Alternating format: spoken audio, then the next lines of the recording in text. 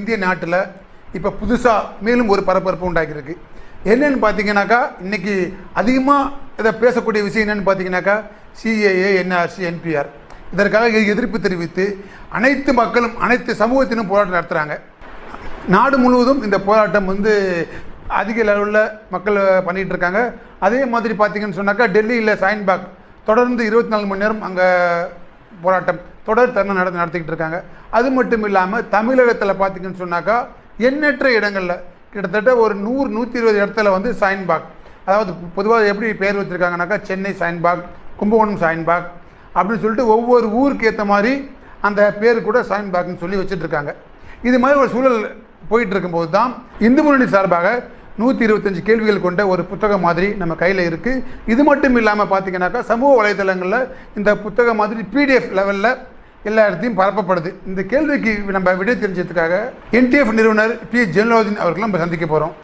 ஐயா, நல்லா இருக்கீங்களா? நல்லா. ஐயா, இந்த பாருங்க, ஒரு புத்தகம் கொடுத்துருக்காங்க. சரி. புத்தகம் அதாவது இந்து முன்னணி சார்பா, பிஜேபி சார்பா புத்தகம் கொடுத்துருக்காங்க. இந்த கேள்வியை ஒருத்தர் படிச்சாருன்னு சொன்னாக்கா, முழுக்க இது மிக சரியா தான் இருக்கு. அப்படிதான் நாங்க பாக்குறோம். இந்த கேள்விக்கு நீங்க பதில் சொல்றீங்க ஒன்னு ஒன்னா. இந்தாங்க, இதுக்கு உங்களுக்கான ஒரு காப்பி.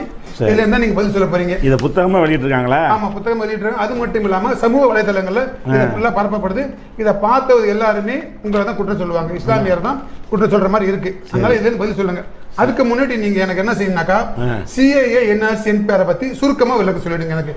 ஏன்னு கேட்டாக்கா, இன்னைக்கு இந்த புத்தகம் வரதுக்கு காரணம் பாத்தீங்கன்னு சொன்னாக்கா, இதுக்கு முன்னாடி சிஏஏ, என்ஆர்சி, என்பிஆருக்கு ஆதரவு இல்லாமல் இருந்தாலும் இன்னைக்கு தமிழக நிலவில், ஏன் இந்திய லெவலில் உங்களுக்கு சாதகமாக தான் இஸ்லாமியரும் இந்துக்களும் கிறிஸ்தவரும் வந்துகிட்டு இருக்காங்க. இதை பொறுக்க முடியாமல் தான் இந்த RS பிஜேபிகள் இந்த புக்கை போட்டதா இஸ்லாமியர் சொல்லிட்டு இருக்காங்க. பட் ஆனால் இதுக்கு இதுக்கு பதில் கேட்டிருக்காங்க. நம்மள்ட்ட இதுங்க உங்கள்கிட்ட வந்திருக்கோம்னு சொன்னாக்கா, இந்த கேள்விக்கு பதில் தெரியணும் அப்படின்னு நோக்கத்தை தான் உங்கள்கிட்ட வந்திருக்கிறோம். இதுக்காக நீங்கள் முதல்ல சிஏஏ, என்ஆர்சி பற்றி சின்னதாக விளக்கம் கொடுத்துருங்க, எங்களுக்கு புரியுற மாதிரி. அதாவது இந்தியாவை பொறுத்த வரைக்கும் 1947 சுதந்திரம் அடையுது. சுதந்திரம் அடைஞ்சதுலேருந்து ஒரு 3 ஆண்டு காலம் வெள்ளையர்களுடைய சட்டம் தான் அமுலில் இருந்தது. 1950 ஜனவரி 26 தான் இந்த அரசியல் சட்டம்ன்ற ஒரு புத்தகத்தை உருவாக்கி இதன்படி தான் ஆட்சி நடத்தணும் என்று உருவாக்குறாங்க. உருவாக்கும் பொழுது அதில் இந்தியாவை சேர்ந்த குடிமகன் யார் என்று அதில் டெஃபினேஷன் கொடுக்குறாங்க. அந்த புக்கிலேயே இந்தியாவுடைய சிட்டிசன், குடியுரிமைன்ற அது தலைப்பு இருக்கும். அதில் என்ன கொடுக்குறாங்கன்னா, இந்த புஸ்தகம் எழுதப்படுகின்ற இந்த சட்ட விதி அமுலுக்கு வருகின்ற தேதிக்கு முன்னால் இருந்து யார் இந்தியாவில் இருந்தார்களோ அவங்க எல்லாரும் இந்தியர்கள். அப்போ அன்னைக்கு உள்ள எல்லாரும் இந்தியர்களுங்கிற ஒரு அடிப்படையில் முடிச்சிட்டாங்க. அதுக்கு பிறகு வரக்கூடிய சந்ததிகள்லாம் அதன் அடிப்படையில் இந்தியராக இருந்துருவாங்க. இதுக்குன்ற ஒரு சட்டமோ தனியாக ஒரு விதிகளோ உண்டாக்க தேவையே இல்லை. தகப்பன் இந்தியன் ஆகிட்டான்னு சொன்னால் அவனுடைய பிள்ளைகள் இந்தியன் தான். உலகம் பூரா ஒரு சட்டம் என்னென்னு கேட்டால், அவங்க பெற்றோர்கள் என்னவாக இருந்தாங்கன்னு கேட்பாங்க. இந்தியன்னா பிள்ளை இந்தியன், பெற்றோர்கள் அமெரிக்கர்னா பிள்ளை அமெரிக்கர். அப்படிங்கிறது தான் உலகம் பூரா ஒத்துக்கொண்ட விஷயம். பெற்றோர் மாறுபட்டு இருந்தாங்கன்னா அவங்க சூஸ் பண்ணிக்கலாம். எதையாவது தகப்பனுடைய நாட்டுடைய சிட்டிசனையும் கேட்கலாம், தாயுடைய நாட்டுடைய சிட்டிசனையும் கேட்கலாம். அப்போ இப்படி இருக்கக்கூடிய நேரத்தில் என்ன செய்கிறாங்கன்னா, இது வந்துக்கிட்டே இருக்கிறது. வாஜ்பாய் ஆட்சியில் 2003 என்ன செய்கிறாங்கன்னா, இந்தியாவில் இருக்கிற எல்லாரையும் கணக்கெடுக்கணும். அதான் இந்தியாவில் இருக்கிற அனைத்து மக்களையும் முதல்ல ஒரு லிஸ்ட் எடுக்க வேண்டும். அந்த லிஸ்ட்டு எடுக்கிறதுக்கு பேர் NPR. அப்போ தான் 2003 இது கொண்டு வர்றாங்க. இப்போ கொண்டு வரல. நேஷனல் பாப்புலேஷன் ரெஜிஸ்டருங்கிற பேரில் NPRனு அதான் அர்த்தம். அதாவது தேசிய மக்கள் பதிவேடு என்ற பெயரில் 2003 கொண்டு வர்றாங்க. சரி, பதிவேடு நிறுத்திட்டால் பிரச்சனை இல்லை. இந்த பதிவேடை எடுத்து வைத்து கொண்டு இதில் இந்தியர் அல்லாதவரை நம்ம கண்டுபிடிக்க வேண்டும். NRC, அதாவது 2003 இந்த சட்டம் எப்படி கொண்டு வர்றாங்கன்னா, ஒவ்வொரு இந்தியனுடைய குடியுரிமையும் சோதிக்கணுங்கிறாங்க. ஒவ்வொருத்தனையும், அது இந்துவாக இருக்கட்டும், முஸ்லீமாக இருக்கட்டும், யாராக எந்த மொழிக்காரனாக இருக்கட்டும், அனைவரையும் நீ இந்தியன் என்பது நீங்கள் நிரூபிக்கணும், நான் நிரூபிக்கணும். ஒவ்வொரு இந்தியனும் இந்தியன் என்பதை நிரூபிச்சாகணும் என்று ஒரு சட்டத்தை 2003 தந்திரமாக நுழைச்சி வச்சுட்டாங்க. அப்போ இதனுடைய விபரீதம் யாருக்கு விளங்கலை, யாரும் எதிர்க்கலை. காங்கிரஸ், திமுக எல்லாருமே அது பேசாமல் மௌனமாக நாட்டு குடிமக்களை கண்டுபிடிக்கிறாங்க. இது இந்த நோக்கத்துக்கு செஞ்சிருக்கிறார்கள் என்பதை அதை வந்து அறிந்து கொள்ள முடியல. அது காவிகளுடைய சூழ்ச்சியில் தந்திரமாக அதை கொண்டு வந்துட்டாங்க. என்பிஆர் 2003 நடந்துச்சு. 2003 வந்துருச்சு. 2003க்கு அப்புறம் 2010 என்பிஆர் கணக்கு எடுத்துவிட்டாங்க 10 ஆண்டுகளுக்கு முன்னாடி. ஆனால் அதுக்கு முன்னாடிலாம் சென்சஸ் கணக்கு தான் எடுத்தாங்க, என்பிஆர் கணக்கு எடுக்கலை. குடிமக்களை கண்டுபிடிக்கிறதுக்குள்ள 2010 எடுத்தாச்சுன்னு நீங்கள் சொல்கிறீங்களா? எடுத்தாச்சு. என்கிட்ட ஆதாரம் எடுத்த என்பிஆர் ரிசிப்டே இருக்குது, நிறைய பேர் அனுப்பியிருக்கிறாங்க. அப்போ இப்போ ஏன் போராட்டம் நடத்துறீங்க? அதை என்னதுக்குன்னு கேட்டால், அப்போ எடுத்தாங்கன்னா உடனே என்ஆர்சியை முடிக்கணும், அந்த சேஞ்சு மாறிவிடும். அதை செய்ய தவறிட்டாங்க. இப்போ உங்களை என்ஆர்சி கொண்டு போகிறாங்க, புதுசாக என்பிஆர் எடுக்கணும். அதுக்காக என்ன செய்கிறாங்கன்னா, இப்போ நம்ம என்ன பிரச்சனை கேட்குறோம்னா, என்பிஆர் என்று எதுக்கு நீ கொண்டு வர்ற? அப்படி இந்த நாட்டில் நீ குடிமகனுக்கு இதாக ஆதாரம் கொடுத்துருக்குறியா? சுதந்திரம் அடைஞ்சவன எல்லாரும் கொடுத்துருக்கணும். சுதந்திரம் அடைஞ்ச அன்னைக்கே ஒவ்வொருவரும் இந்திய குடிமகன் அட்டையை வாங்கி கொள்ளுங்கள். நாட்டில் இருந்த எல்லாரும் இந்தியனுக்கு அட்டையை கொடுத்துரு. அவனுக்கு கொடுத்துட்டு அவன் பிள்ளைக்கு அவன் வாங்கி கொடுத்துருவான், அவன் பேரனுக்கும் வாங்கி கொடுத்துருவான். யாரும் குடிமகன்லேருந்து இழக்க மாட்டாங்க. வெளிநாட்டில் வந்து அவனுக்கு கொடுக்க முடியாது, அழகாக கண்டுபிடிச்சிடலாம். அப்போ அரசாங்கம் செய்ய தவறுன ஒரு விஷயம் இது. உலகம் பூரா அப்படி செய்ய மாட்டாங்க, உடனே கொடுத்துருவாங்க. சுதந்திரம் அடைஞ்சால் அன்னைக்கு உள்ள அத்தனை பேரும் குடிமக்கள்ங்கிற ரெக்கார்ட் ஆக்கிடுவாங்க. அது மாதிரி எதாவது பண்ணியிருக்காங்களா? இது வரைக்கும் நாட்டில் கொடுத்துருக்காங்களா? உலகம் பூரா கொடுத்துருக்குறாங்களே. சில இலங்கையில் கொடுத்துருக்குறாங்க. ஏன் பாகிஸ்தான் நமக்கு ஒரு நாளைக்கு முந்தி அவனெலாம் கொடுத்துட்டானே. இங்கே மட்டும் என்ன செஞ்சிட்டாங்கன்னா, சுதந்திரம் அடைஞ்ச பிறகு இந்தியர்னு சொன்னாங்களே தவிர, நான் இந்தியன் என்பதற்கு ஆதாரம் தர யாருடைய கடமை? அரசின் கடமை. அப்போ அரசாங்கம் கண்டிப்பாக எல்லோரும் இதை வாங்குங்கன்னு சொன்னால் எல்லோரும் வாங்கியிருப்பாங்க. அன்னைக்கு வாங்கியிருந்தாங்கன்னா அதுக்கு சங்கிலி தொடர் இருக்கும்.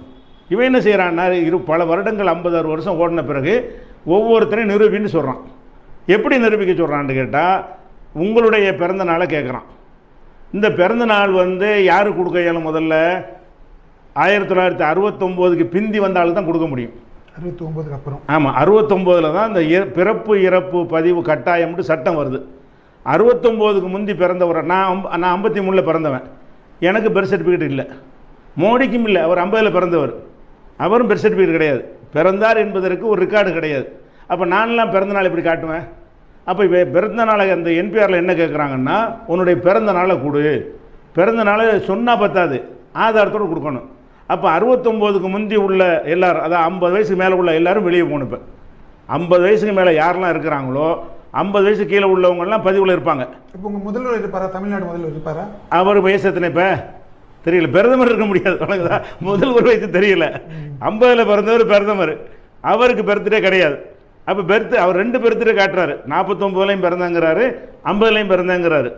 2 கணக்கில் வச்சாலும் அவருக்கு பர்த் சர்டிஃபிகேட் கிடையாது.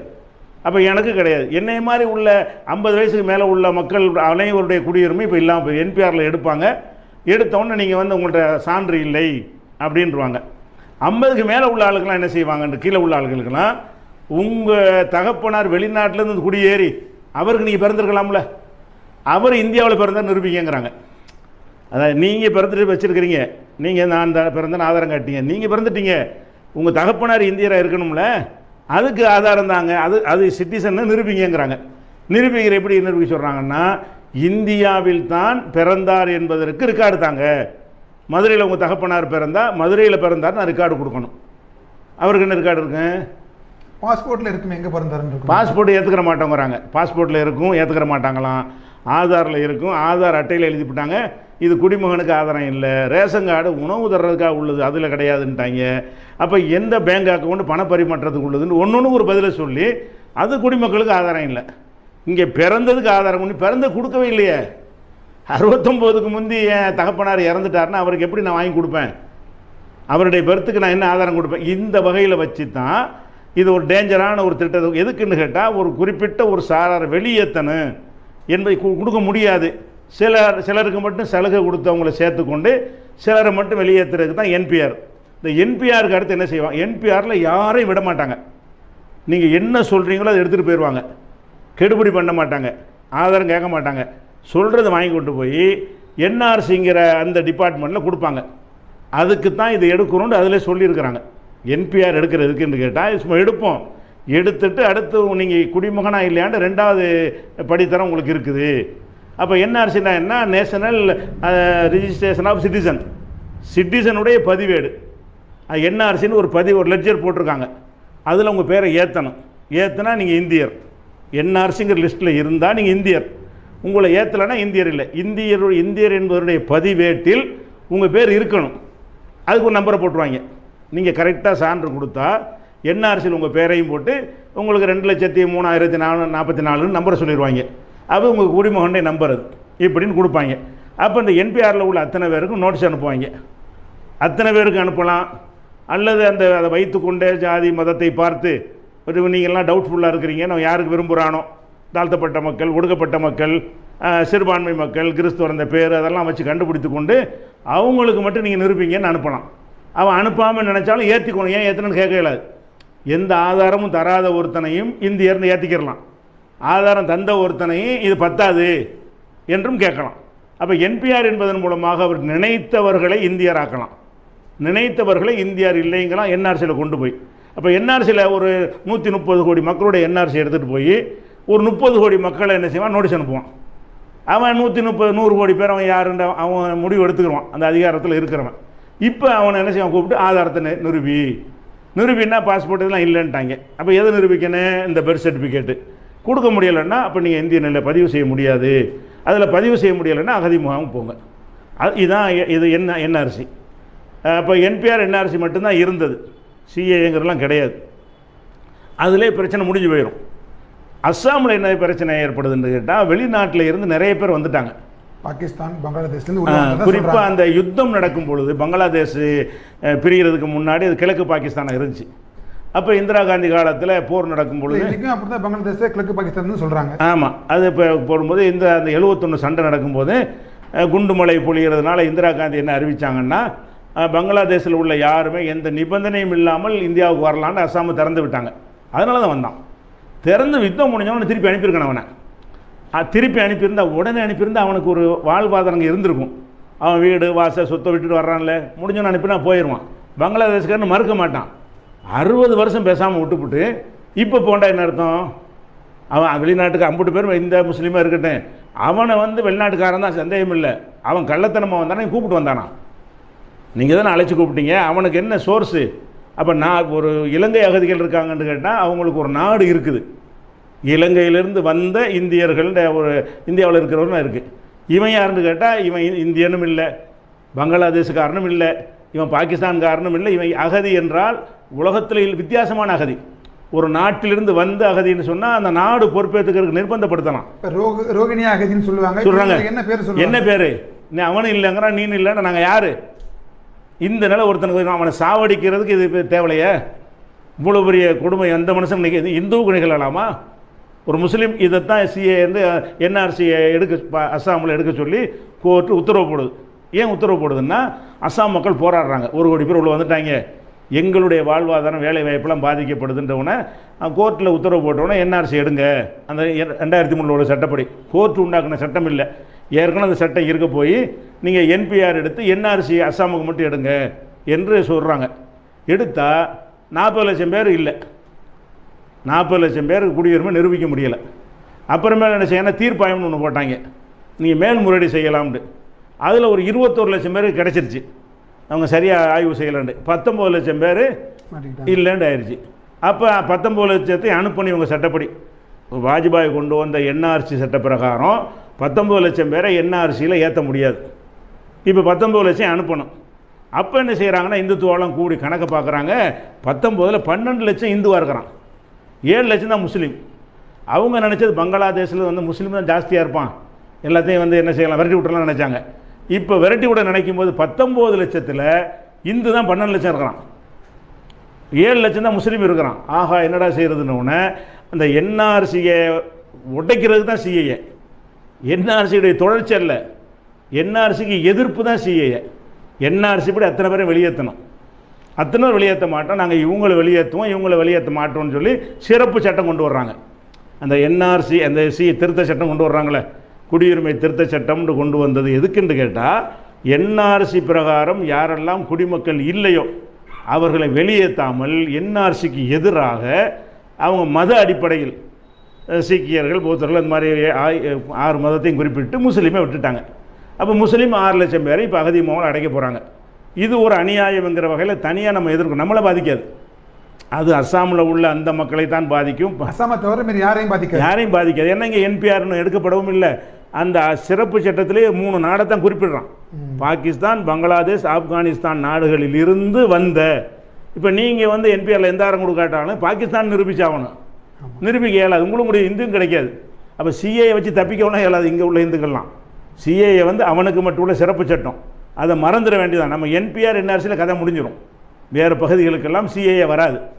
இனி ஒரு சட்டம் இயற்றவும் முடியாது இந்த மாதிரி இந்துக்களுக்குன்னு சொல்லி. இதுக்கு எந்த பாடுபடுறாங்க, ஓட்டு போட்டோம்னா நான் போடல நீ போடலன்னு ரிவர்ஸ் ஆகிட்டு இருக்கிறாங்க. மறுபடியும் அந்த மெஜாரிட்டியில் வந்து இன்னொரு திருத்தம் போட்டு இந்துக்களுக்கு மட்டும் கொண்டு வர இயலாது. அதோடு நின்று போயிடும். இப்போ இங்கே உள்ள நிலைமையெல்லாம் என்ன, இந்துக்கள் நிலையெல்லாம் அவங்க ரொம்ப பாதிப்பாங்க. நமக்காக கொஞ்சம் நெஞ்சம் ரெக்கார்டு வச்சுருக்கோம். ஆனால் நீங்கள் சமூக வலைத்தளம் பார்த்தீங்கன்னாக்கா அசாமில் இருக்கிற இந்துக்கள்லாம் திருப்பி உள்ளே கூப்பிட்டுக்கலாம் அப்படின்னு சொல்லி சமூக வலைத்தளங்களில் நம்ம நிறைய போஸ்ட் பார்க்க முடியுது. அது உண்மையான தகவலா இல்லை? இல்லை, அஸ்ஸாமில் உள்ள இந்துக்கள்னா அஸ்ஸாமை சேர்ந்த இந்துவை கூப்பிட மாட்டான். அஸ்ஸாமில் உள்ள பங்களாதேஷ் இந்துவை தான் குடிமகன் கொடுக்குறான். நல்ல கொடுமையை கவனிக்கணும். அஸ்ஸாமில் இருந்திருப்பாங்க, அவன் பங்களாதேஷில் வரல, பாகிஸ்தானில் வரல, இவன் கேட்ட ஆதாரம் கொடுக்கல. இப்போ அவன் அஸ்ஸாமியன் தான், இவன் கேட்ட ஆதாரம் கொடுக்கல, இந்துவாக இருக்கிறான். இந்த இந்துவுக்கு கிடைக்க மாட்டே கிடைக்காது. இவன் என்ன காட்டணும், ஆதாரம் இல்லைன்னா நீ பங்களாதேஷில் வந்துன்னு ஆதாரம் காட்டுங்கிறான். அப்போ பங்களாதேஷில் வந்தவர்களுக்கு தான் சிஏஏ, இவனுக்கு காட்ட இயலாது. அப்போ பங்களாதேஷில் வந்தவனுக்கு குடியுரிமையா, இந்த நாட்டிலேயே பிறந்து வளர்ந்த தலைமுறையாக இருக்கிறவனுக்கு குடியுரிமை இல்லை. இவங்க கேட்குற பேப்பர் கொடுக்கலன்னா அதனால் அந்த மாதிரி பாதிக்கப்பட்டு கூட இப்போ வீடியோலாம் போட்டுட்ருக்காரு ஒருத்தாள். இதுதான் அடிப்படை. அதனால் இப்போ என்னென்னு கேட்டால் என்பிஆர்னு இப்போ எடுக்க வர்றாங்கல்ல, எடுத்தாங்கன்னு சொன்னால் அடுத்து என்ன அரிசி எடுப்பாங்க. இதை ஒத்துக்கிட்டோம்னு தான் இது முதல் படி. இரண்டாவது படி அதுதான். எடுத்தார்கள்னு சொன்னால் அதிகமான இந்துக்கள் தான் பாதிக்கப்படுவாங்க. ஏன்னா அங்கே இப்போ அஸ்ஸாமில் பார்த்துட்டோம் 12-7 அந்த ரேஞ்சில் தான் இங்கேயும் வரும்.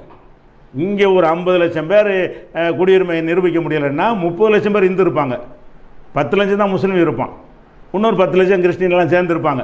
அவங்க தான் மெஜாரிட்டியாக இருப்பாங்க. இது விளங்காமல் இதை முஸ்லீம் பிரச்சனைங்கிற மாதிரி இவங்க என்ன செய்கிறாங்க, இந்துக்கள் விளங்காமல் இருக்கிறாங்க. எல்லாருக்கும் பாதிப்பு, நாட்டுக்கே பாதிப்பான ஒரு சட்டம் இது. குடிமக்களுக்கு இந்த சோதனை பண்ணவே கூடாது. ஒரு பெண்ணை பிடிச்சி உங்கள் கற்பை சோதனை பண்ணுன்னு சொல்ல முடியுமா? அவள் தப்பாக நடந்துட்டான்னு ஆதாரம் இருந்தால் அதை வச்சு நீ பேசலாம். அது மாதிரி எவனாச்சும் வெளிநாட்டில் வந்துட்டு அவனை மட்டும் கூப்பிடு. நீ வெளிநாட்டுக்காரன் வந்துடுவான் என்பது உனக்கு காரணமாக இருந்தால் அதுக்கு எப்படி வந்தாவன் மேலேந்த குதிச்சான்? உங்களுடைய பலவீனத்தில் வந்திருக்கிறான். உங்கள் இராணுவம் சரியில்லை, உங்கள் பாதுகாப்பு சரியில்லை, உங்கள் சிஸ்டம் சரியில்லை, கள்ள பாஸ்போர்ட்டில் வர்றான், கள்ள துணியில் வந்து இறங்கியிருக்காங்கிறீங்க. அதெல்லாம் யாருடைய கோளாறு? உன்னுடைய குறைபாட்டினால் வந்து யுத்தம் பண்ணி சண்டை பிடிச்சி உள்ள நுழைஞ்சிட்டானா, ஊடுருவிட்டானா? இல்லை. அப்படி யாராவது வந்திருந்தார்கள்னு சொன்னால் அது எத்தனை கோடியில் ஒருத்தன் கூட இருக்க மாட்டான். அப்படி இருக்கிறவனை கண்டறிந்து யாரை பற்றி அது புகார் வந்துச்சுன்னா நீ போடா நாட்டுக்குன்னு அனுப்பிவிடுங்க. அப்போ என்பிஆரில் கேட்டு என்ஆர்சியில் கேட்டு அவனை அனுப்புறதுக்கு சொன்னால் பிரச்சனை இல்லை. 130 கோடி பேர் நிரூபிக்கன்னு சொல்கிறீ நீ குடிமகனா? இந்த கணக்கெடுக்க வரக்கூடிய மோடி குடிமகன் கிடையாது. இவங்க சொன்ன என்பிஆர் சட்டப்படி அமித்ஷா கிடையாது. குடிமக்கள் கணக்கெடுக்க வர்ற அதிகாரி இருக்கானே அவன்கிட்ட கேட்கணும், உனக்கு என்ன, நீ என்ன குடியுரிமை வச்சுருக்கிற? இப்போ தான் எடுக்கவே போகிற. அப்போ குடிமக்களா இல்லையா நாங்கள் சந்தேகத்துக்குரிய ஆளுக்கு ஓட்டு போட்டு உன்னை ஜெயிக்க வச்சோம்னா நீ தேர்ந்தெடுக்கப்பட்ட செல்லாத. நாங்கள் இந்தியரே கன்ஃபார்ம் ஆகலையே. இந்த 130 கோடி மக்களும் இந்தியரை டவுட்டில் கொண்டே வச்சுட்டிங்கன்னா இந்தியரா இல்லையான்னு தெரியாதவங்க ஓட்டு போட்டால் நீ எப்படி இந்தியாவுக்கு ஆட்சி பண்ணலாம்? எல்லாமே எல்லா சட்டச்சிக்கலும் உண்டாகி போயிடும். அதுதான் இது என்பிஆருடைய விஷயம். இப்போ நீங்கள் சொல்கிறத பார்த்தா இந்த அரசு 1959-69 செஞ்சு தான் இந்த பிரச்சனை இல்லைன்னு சொல்கிறீங்க. அப்படி தான் செஞ்சு இருக்கணும்.